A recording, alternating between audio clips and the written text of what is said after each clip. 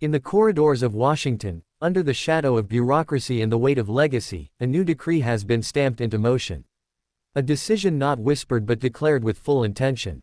President Donald Trump has once again chosen austerity over expansion, control over continuation, and disruption over the status quo. On this day, the order was clear. The freeze remains. The doors to federal employment will not swing open. Not now. Not tomorrow. Not until October 15th. This is not merely a pause in hiring.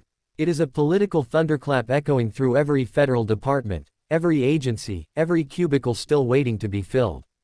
Trump's mandate is simple in words but seismic in impact. No federal civilian position that is vacant may be filled, and no new position may be created.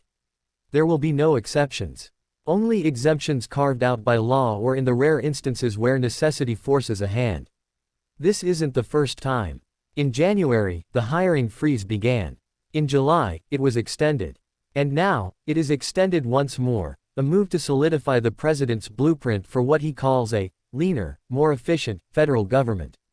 But behind those words are livelihoods. Behind those numbers are names.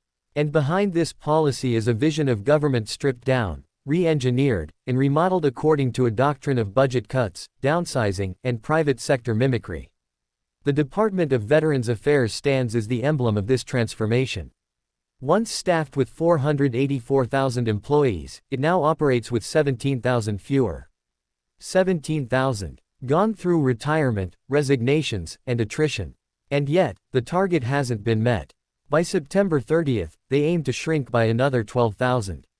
Not through firings, but through quiet departures, through uncelebrated farewells, through the slow erosion of institutional memory. These are not just numbers on a chart. These are nurses, case managers, benefits processors. These are the people who meet veterans at their most vulnerable moments. And now, those veterans will wait longer. Now, those calls may go unanswered. Now, that service will come at a slower pace, with fewer hands, fewer minds, fewer hearts. But for Trump, this is a sign of progress. He sees this as a victory against what he calls a bloated, inefficient machine. He sees the trimming of the workforce as a necessary surgery, cold but curative. He sees every position left vacant as a dollar saved. But for those within the system, this feels different. It feels like abandonment. It feels like a drying river, resources slowly pulled away while demand remains. For federal workers still employed, morale flickers. For those hoping to serve, the path is now blocked. And for communities that rely on federal services, whether it be in rural clinics or urban housing departments, the consequence is real. This isn't just a headline. This is a redirection of the federal government's very purpose. Because Trump's philosophy doesn't just cut staff. It challenges the idea that government should be expansive, involved, or even compassionate. To him, less government is good government. And that belief now shapes policy in every department, from Homeland Security to Health and Human Services. This freeze, this latest extension, is not just a fiscal decision. It is an ideological statement. It signals permanence. It signals an era of restriction, not recruitment. Of outsourcing, not onboarding. Of automation, not administration. And yet, even in the White House, this decision will have ripple effects. There will be tasks left undone. Roles that will go unfulfilled. Offices that once hummed with movement now stand still. And while some celebrate the savings, others brace for the shortfalls. Because government is not a spreadsheet. It is people. And each vacancy echoes with absence. Each halted hire carries potential that will never be realized. Dreams that will never materialize. Ideas that will never be implemented.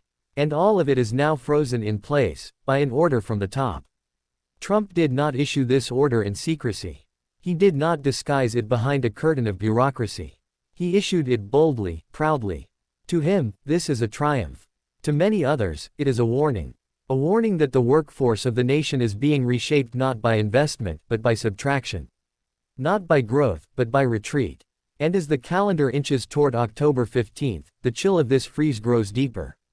Departments will adjust. Applicants will wait. And a government that once promised opportunity will now offer only silence. This is the new doctrine. Efficiency over empathy. Savings over service. And power, consolidated, centralized, and commanded from the highest office, enforced not with speeches but with silence.